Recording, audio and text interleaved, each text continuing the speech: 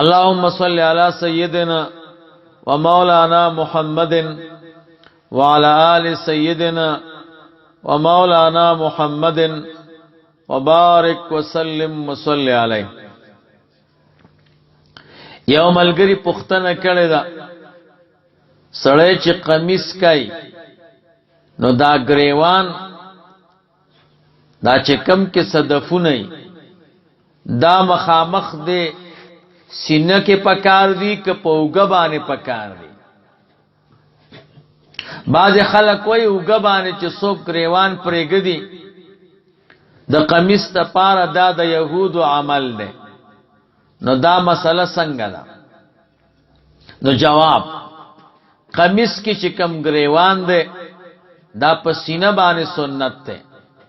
ځکه فقها وایي که د یو سړی عورت ولیدلی شه د مسکون کی د ګریوان نه په رکوع سجده کې او د دا ګریوان بند کړی نو نو دې ته تړی ولګئ، تڼۍ یا د منځ کې اتړي. د دینم دا معلومیږي چې سنت طریقه دا ده چې ګریوان دې په سینه کې او د اوږې والا چې کم ګریوان دی هغه سنت نه دی، باقی دا چې دا د یهودو عمل دی.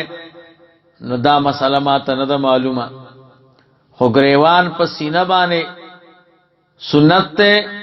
دا مسله امام جلال الدین سیوطی رحمه الله لیکلی ده په الحاوی للفتاوی کې اول جلد صفحه د 93.